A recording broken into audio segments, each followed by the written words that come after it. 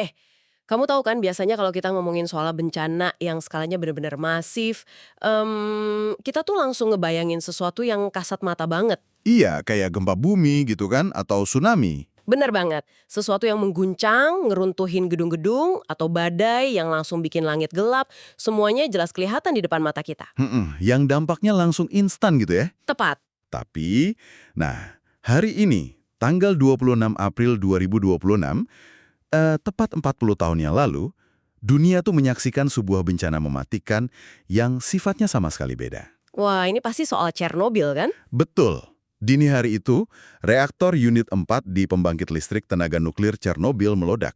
Dan sampai detik ini, itu masih tercatat sebagai bencana nuklir sivil terparah dalam sejarah peradaban manusia. Dan tahu nggak sih, yang selalu bikin aku merinding kalau baca atau neliti peristiwa itu adalah anatomi dari kegagalannya itu sendiri.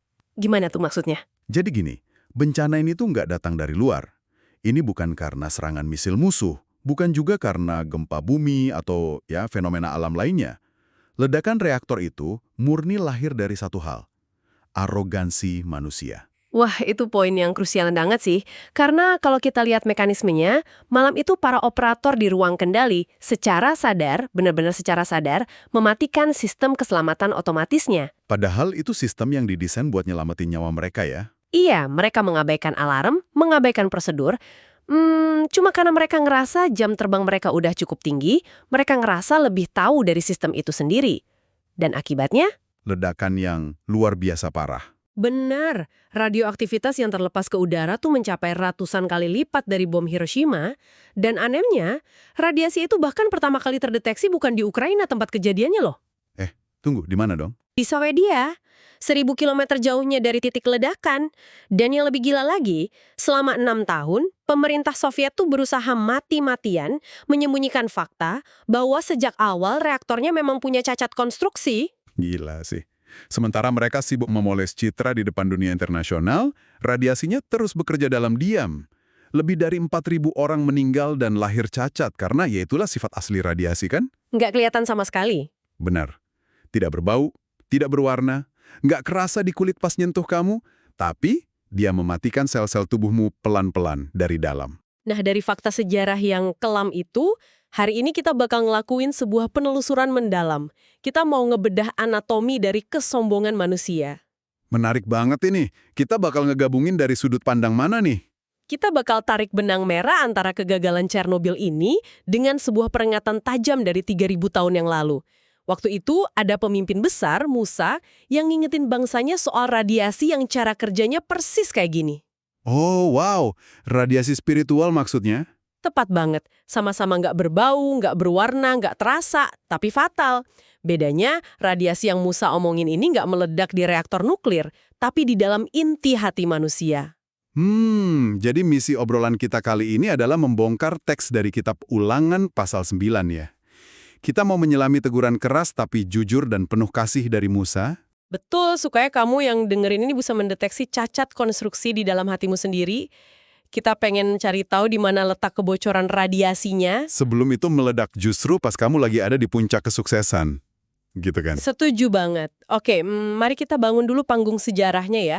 Di mana sih posisi bangsa Israel pas teks ini diucapin sama Musa? Nah, bayangin situasinya kayak gini. Bangsa Israel lagi berkemah, bener-bener berdiri persis di ambang pintu masuk tanah Kanaan.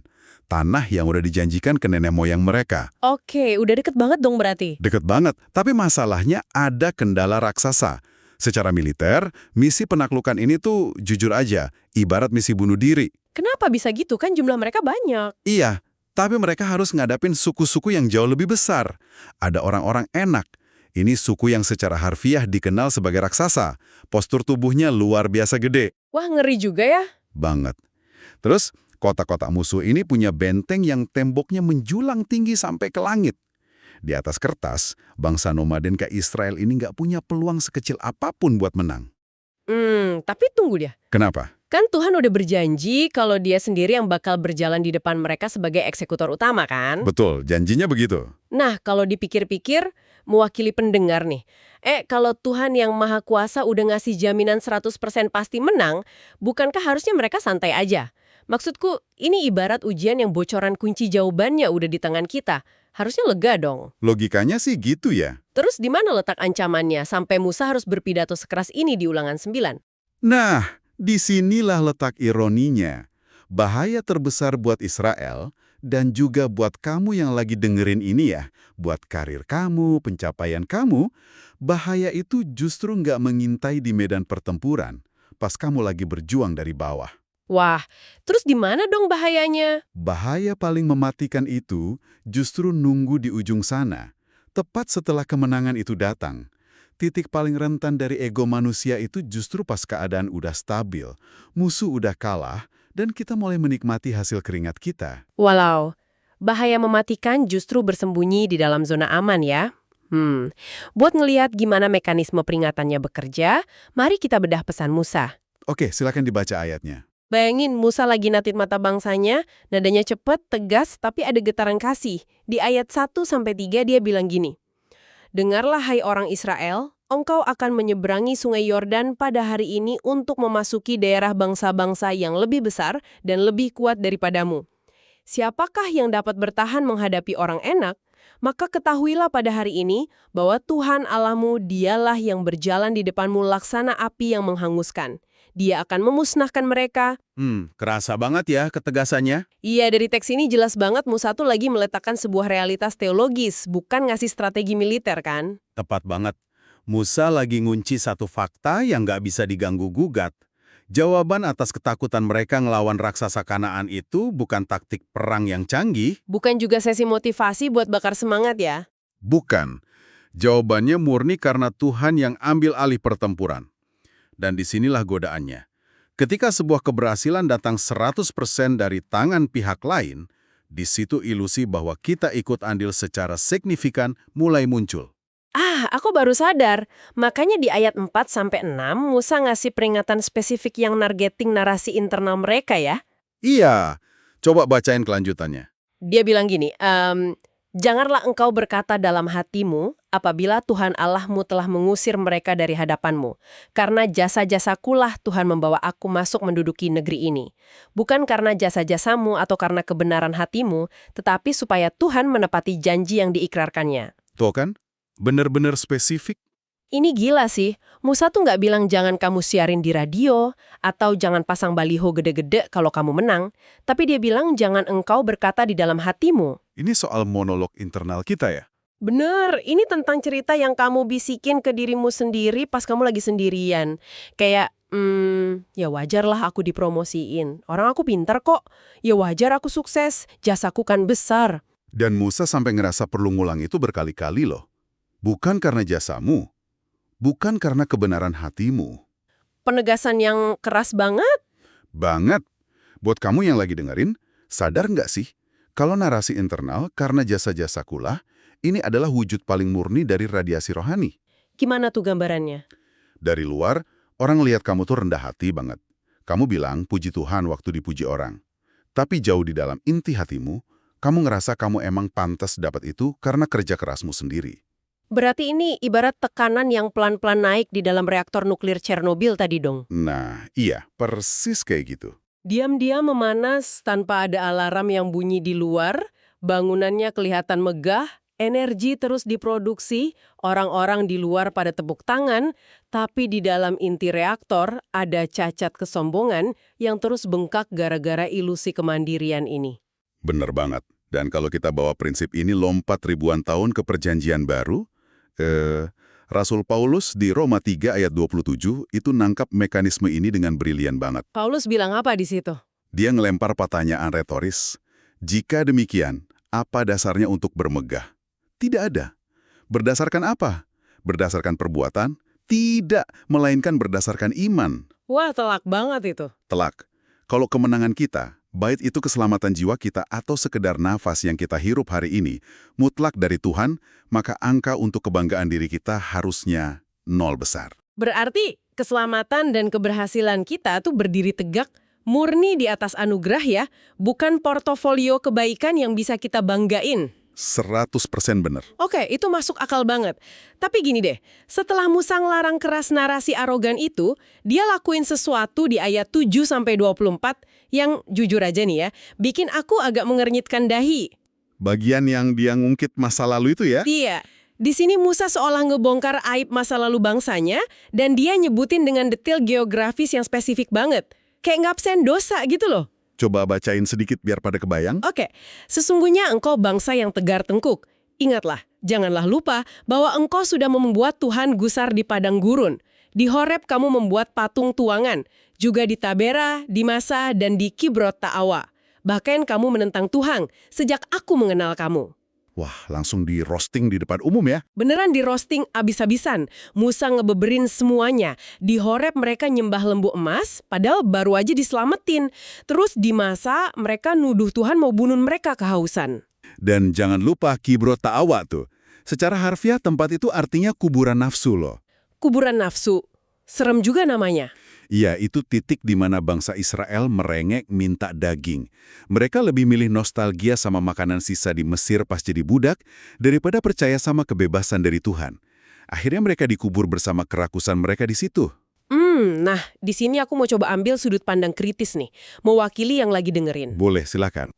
Kalau ada pemimpin zaman sekarang, entah itu CEO, pendeta, atau bos startup, yang berdiri di panggung sebelum peluncuran proyek besar, terus ngerosting kegagalan masa lalu timnya di depan publik, Wah, pasti langsung viral sih itu. pasti budaya kita sekarang bakal nge-labelin dia sebagai pemimpin yang toksik banget. Kan budaya kita ngajarinnya let go of the past, fokus aja ke good vibes. Tinggalin masa lalu, visualisasi kesuksesan ke depan. Iya, narasi modern banget tuh. Makanya, bukankah ngungkit masa lalu blak-blakan gini sama aja kayak gaslighting massal dan ngehancurin mental mereka? Kenapa sih Musa repot-repot ngelakuin terapi ingatan yang menyakitkan ini? Aku paham banget sih kenapa itu kedengaran problematik di telinga modern kita yang alergi sama rasa nggak nyaman. Tapi gini, kita harus bisa bedain antara guilt tripping yang manipulatif sama reality check yang tujuannya nyelamatin nyawa. Oke, bedanya di mana tuh? Musa ini nggak lagi bikin mereka depresi. Dia lagi ngebedah tumor di jiwa mereka. Coba perhatian istilah yang dipakai Musa tadi. Bangsa yang tegar tengkuk. Tegar tengkuk. Itu maksudnya cuma keras kepala aja kan? Jauh lebih dalam dari itu, istilah aslinya itu merujuk ke anatomi leher hewan pekerja, kayak lembu peliharaan gitu. Oh, yang biasa buat bajak sawah ya? Benar, otot leher hewan ini kaku dan mengeras, jadi secara fisik dia menolak buat nunduk pas mau dipasangi kuku atau alat bajak sama tuannya. Wah, jadi ini bukan sekedar ngambek biasa dong? Bukan, ini penolakan struktural dan sistematis terhadap kedaulatan otoritas di atasnya. Kalau pola pemberontakan ini nggak dibongkar, ini bakal jadi penyakit kronis.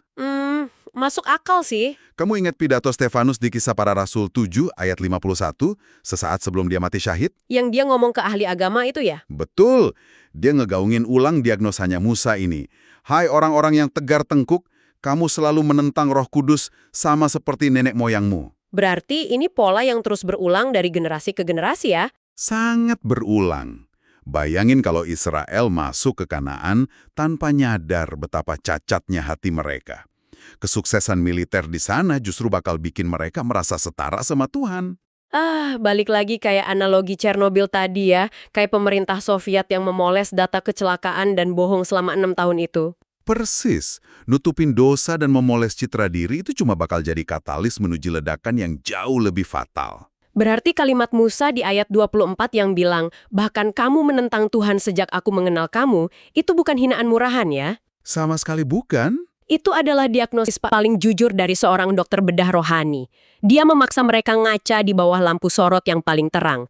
Karena cacat yang nggak diakui nggak bakal pernah hilang. Dia cuma sembunyi di balik jas kesuksesan dan gelar kita, nunggu momen yang pas buat menghancurkan segalanya. Dalam banget ini dan setelah pembedahan mental yang menyakitkan itu, kita akhirnya sampai ke klimaks teksnya di ayat 25 sampai 29. Dan disinilah kita nemuin salah satu momen paling mengharukan ya di sejarah Alkitab. Bener. Sebuah pemandangan yang sayangnya sih sering dilewati gitu aja sama kita pas baca.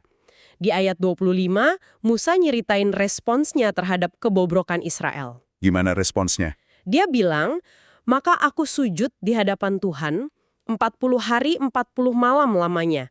Dan aku berdoa, ya Tuhan Allah, janganlah musnahkan umat milikmu sendiri. Ingatlah kepada hamba-hambamu, kepada Abraham, Ishak, dan Yakub. Janganlah perhatikan ketegaran bangsa ini ataupun kefasikannya dan dosanya. Merinding sih denger ini. Iya kan? Jadi setelah dia ngerosting mereka habis-habisan, Musa malah sujud. Dia puasa, nggak makan, nggak minum selama 40 hari. Dia nggak minta promosi jabatan buat dirinya sendiri. Dia malah mengorbankan tubuhnya, mohon ampun buat bangsa yang tegar tengkuk itu.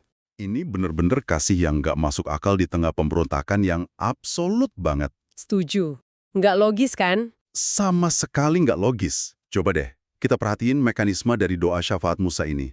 Pas dia ngambil posisi jadi mediator atau pengantara antara Tuhan yang murka dan bangsa yang berdosa, argumen apa yang dia pakai? Dia nggak bawa portofolio kebaikan Israel pastinya. Pasti nggak dong. Dia nggak bilang, Tuhan tolong ampuni mereka ya, soalnya sebenarnya mereka tuh hatinya emas kok, cuma lagi stres aja. Nggak gitu kan? Nggak sama sekali. Musa malah setuju kalau mereka pantas dihancurkan. Hanya pada janjinya sendiri. Gila, merinding denger ini. Kalau kita tarik benang merahnya ke zaman sekarang, apa yang Musa lakuin di atas gunung itu sebenarnya miniatur yang akurat banget dari apa yang Yesus Kristus lakuin buat kita kan? Iya, bayangan yang sangat sempurna. Bayangin deh, ada sebuah ruang pengadilan semesta. Pas kita berdiri jadi terdakwa gara-gara ketegaran tengkuk kita, Yesus sebagai pembela kita tuh nggak maju ke meja hakim sambil bawa map isi kelakuan baik kita. Karena kalau mapnya dibuka, isinya apa? Kosong. Nol besar. Sebaliknya, Yesus maju bawa bukti pembayaran darahnya sendiri yang mewakili janji Allah. Kayak yang ditulis di 2 Timotius 2 ayat 13, jika kita tidak setia, dia tetap setia karena dia tidak dapat menyangkal dirinya. Wah, koneksi yang krusial banget itu. Penulis kitab Ibrani di pasal 7 ayat 25 sama Paulus di Roma 8 ayat 34. Itu secara konsisten menekankan realitas ini loh. Oh iya, Bahwa Yesus bersyafaat buat kita. benar. Yesus yang udah bangkit dan naik ke surga itu saat ini juga lagi duduk di sebelah kanan Allah. Buat apa? Buat jadi pengantar kita. Dia hidup senantiasa untuk bersyafaat buat kita. Jadi tiap kali radiasi kesombongan karena jasa-jasa kula mulai bocor di hati kita, Pembela kita memohonkan anugerah. Dan kalau kamu benar-benar paham cara kerja anugerah ini, bahwa nafas hidupmu ditopang sama doa pengantaramu, kesombongan internal itu bakal kelihatan konyol banget. bukan cuma berdosa ya, tapi benar-benar bodoh dan konyol. Jadi pertanyaannya sekarang nih, buat kamu yang lagi dengerin, gimana kita bawa teguran kuno ini ke realita kehidupan kita di tahun 2026? Terutama buat mereka yang lagi ada di fase produktif banget ya. Bener, khususnya buat kamu yang usianya mungkin 20-an sampai 35 tahun, yang lagi lari kencang banget di era hustle culture. Era di mana setiap pencapaian tuh divalidasi publik. Jumlah follower sosmed, jabatan di startup, Gelar akademik, portofolio bisnis, semuanya dipamerin. Sangat gampang kan buat ngeracik ulang kesombongan spiritual jadi narasi motivasi diri yang elegan? narasi kayak gimana contohnya? Kayak gini, aku pantas dapat posisi ini karena aku berani bermimpi, karena kedisiplinanku yang ekstrim, karena aku bangun jam 4 pagi pas orang lain masih pada tidur pulas. Nah, itulah wujud mutasi kesombongan di era modern. Kejujuran absolut pada diri sendiri, mengakui kalau kita tuh cacat secara moral, gampang memberontak, dan semua sukses kita murni fasilitas dari Tuhan, itu bukan kelemahan loh. Bukan toksik ya berarti? Sama sekali bukan toksik. Kejujuran itulah safety valve atau katup pengaman kita. Fondasi yang nyelamatin kita dari ledakan reaktor kehidupan kita sendiri. Setuju banget. Dan di sisi lain, ngelihat Musa mempertahankan nyawanya sujud buat orang lain, itu ngingetin kita betapa tragisnya kemunduran budaya doa syafaat hari ini. Benar, di era yang individualis ini ya. Iya, di tengah masyarakat yang terobsesi sama self-care, coba tanya ke diri sendiri. Kapan terakhir kali kamu benar-benar ngambil waktu buat sujud, mendoakan belas kasihan Tuhan buat sahabatmu, keluargamu, atau orang yang udah ngecewain kamu? Pertanyaan yang tajam banget sih itu. Buat ngerangkum semua gagasan berat ini biar nempel di kepala, aku punya satu analogi yang nyatuin semuanya. Boleh? Silakan diceritain. Coba bayangin seorang pilot komersial yang udah senior banget. Jam terbangnya udah puluhan ribu. Dia sangat berpengalaman, percaya diri, dan dihormati semua orang. Suatu hari pas dia nerbangin pesawat melintasi samudra, sebuah lampu indikator peringatan warna kuning kedip-kedip di panelnya. Terus apa respons pilotnya? Karena dia ngerasa udah kenal pesawat ini luar dalam, egonya bersuara. Aku tahu persis karakter mesin ini. Ini cuma false alarm, aku bisa atasin kok. Klik! Dia matiin lampu indikator itu secara manual. Wah, mulai bahaya tuh. 15 menit kemudian, indikator sistem hidrolik utamanya nyala merah. Kali ini dia mulai agak keganggu, egonya kesentil. Dia mikir sistem peringatan pesawat ini terlalu sensitif, gak sebanding sama intuisiku yang udah puluhan tahun. Klik, dia matiin lagi alarmnya. Padahal itu peringatan penting ya. Banget. Nah, dari luar, pesawat itu kelihatannya meluncur dengan megah dan mulus nembus awan. Penumpang di kabin lagi asik nonton film, makan enak, ketawa-ketawa, gak ada yang tahu apa-apa. Kelihatan di puncak performanya ya. Betul. Tapi perhatiin apa yang terjadi di dalam. Ini persis kayak mekanisme Chernobyl tadi. Dengan mematikan sistem peringatan dan ngandelin ego, pilot itu ngebiarin tekanan internal numpuk. Kerusakan lagi menyebar eksponensial di ruang mesin. Tanpa suara, bekerja diam-diam menggerogoti komponen vital pesawatnya. Dan itulah makna utama teks ulangan 9 hari ini. Hati manusia yang pelan-pelan berbisik, ini karena jasaku, ini karena kehebatanku. Itu persis kayak tangan pilot arogan yang matiin lampu peringatan Tuhan satu persatu. Bener. Mungkin peringatannya datang lewat teguran firman Tuhan atau nasihat pasanganmu, masukan dari sahabatmu. Tapi kamu abai karena merasa jam terbangmu udah tinggi. Pesawat hidupmu mungkin gak jatuh hari ini. Karirmu mungkin gak meledak bulan depan. Tapi kerusakannya lagi bekerja diam-diam di relung hatimu. Dan pas suatu hari reaktor kesombongan itu meledak, orang-orang di luar sana cuma bisa shock dan nanya, kok bisa dia tiba-tiba jatuh? Padahal nyatanya nggak ada yang tiba-tiba kan? Nggak ada. Cacatnya udah ada di sana sejak lama, dan kamu sendiri yang milih buat matiin alarmnya. Musa tuh tahu persis realitas psikologis ini, makanya dia nahan langkah seluruh bangsa Israel tepat di garis finish. Dia maksa mereka natap realitas hati mereka tepat sebelum mereka manen kesuksesan besar itu. Karena Musa paham, momen pas kita ngerasa paling kuat dan paling sukses, itu adalah momen di mana jari kita paling gatel buat matiin indikator anugerah Tuhan. Jadi ya, obrolan deep dive kita hari ini tuh bukan sekedar transfer info teologi atau sejarah kuno aja. Ini intervensi buat apa yang lagi terjadi di dalam dirimu sekarang juga. Bener banget. Coba deh perlambat ritme nafasmu sebentar. Di balik semua pencapaian yang kamu miliki hari ini, di balik gelar, jabatan, atau saldo rekeningmu itu, adakah sebuah narasi yang pelan-pelan, diam-diam mulai kamu aminin di hatimu? Narasi kayak, ini semua terjadi karena aku yang cukup pintar, aku yang cukup kerja keras, karena aku orang yang cukup baik. Dan sudah berapa lama indikator peringatan itu berkedip menyala dari Tuhan, tapi kamu selalu milih buat merasionalisasi dan mematikannya. Dan sebelum kita benar-benar nutup obrolan ini, coba pikirin satu realitas ini buat bahan renungan kamu malam ini. Kalau Musa, pemimpin yang luar biasa hebat itu, nabi yang rela puasa 40 hari buat bersyafaat, pada akhirnya ditolak masuk ke Kanaan cuma karena satu momen kemarahan di mana dia nyuri kemuliaan Tuhan dan mengklaim mujizat dari tangannya sendiri, seberapa rentannya hati kita hari ini. Kalau pahlawan iman sekelas Musa aja bisa jatuh karena satu detik kesombongan, masa kita mau main-main sama ego kita? Coba ambil waktu sebentar, bener-bener kasih ruang hening di hatimu buat jawab itu. God bless you all, guys. God bless you all, guys.